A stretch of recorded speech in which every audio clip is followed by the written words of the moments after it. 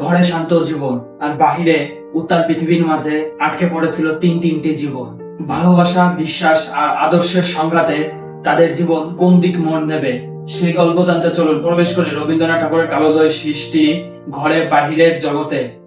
ঘরে বাহিরে রবীন্দ্রনাথ ঠাকুরের বিখ্যাত উপন্যাসের মূল কাহিনী আবির্ভূত হয়েছিল তিনটি চরিত্র ঘিরে: নিখিলেশ, বিমলা এবং সন্দীপ। এই তিনজনের জীবন, ভালোবাসা, বিশ্বাস এবং আদর্শের সংঘাতই উপন্যাসটির মূল বিষয়।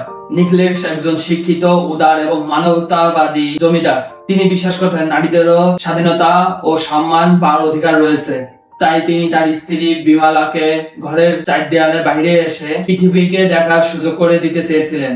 অন্যদিকে বিমলা ছিল এক সাধারণ গৃহবধূ, যার পৃথিবী ছিল স্বামী এবং সংসারকে ঘিরে।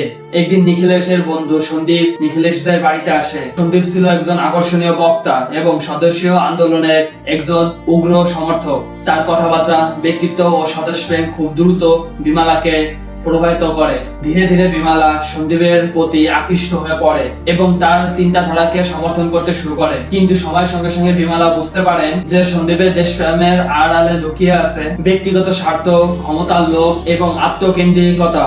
যে মানুষটিকে তিনি আদর্শ মনে করেছিলেন তার প্রকৃত রূপ ধীরে ধীরে তার সামনে প্রকাশ হতে থাকে। অন্যদিকে নিখিলেশ সবকিছু বুঝেও ধৈর্য, ভালোবাসা এবং মানবতার পথ ছেড়ে যান না।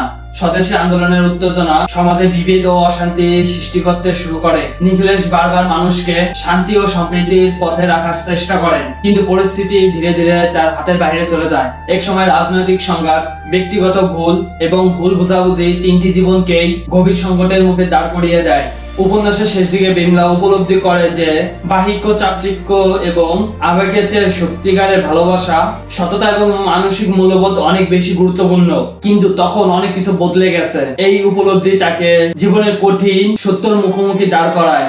ঘরে বাইরে শুধু একটি প্রেমের গল্প নয়, এটি ভালোবাসা, আদর্শ, দেশপ্রেম, মানবতা এবং মানুষের অন্তর্দ্বন্দ্বের গল্প।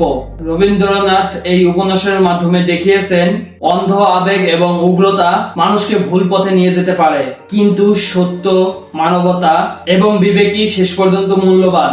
ভালোবাসা, বিশ্বাস আর আদর্শের দ্বন্দ্বে গড়ে ওঠা এক অসাধারণ কাহিনী ঘরে বাইরে। আর এই কারণে রবীন্দ্রনাথ ঠাকুরের এই কালোজয়ী সৃষ্টি আজও বাংলা সাহিত্যের শ্রেষ্ঠ উপন্যাস হিসেবে পাঠকদের হৃদয়ে অমর হয়ে আছে। আপনার মতে বিমলার জীবনে সবথেকে বড় ভুল কি ছিল? সন্দীপকে অন্ধভাবে বিশ্বাস করা, নাকি নিখিলেশের ভালোবাসার মূল্য বুঝতে দেরি করা? আপনার মতামতটি কমেন্টে জানাতে ভুলবেন না।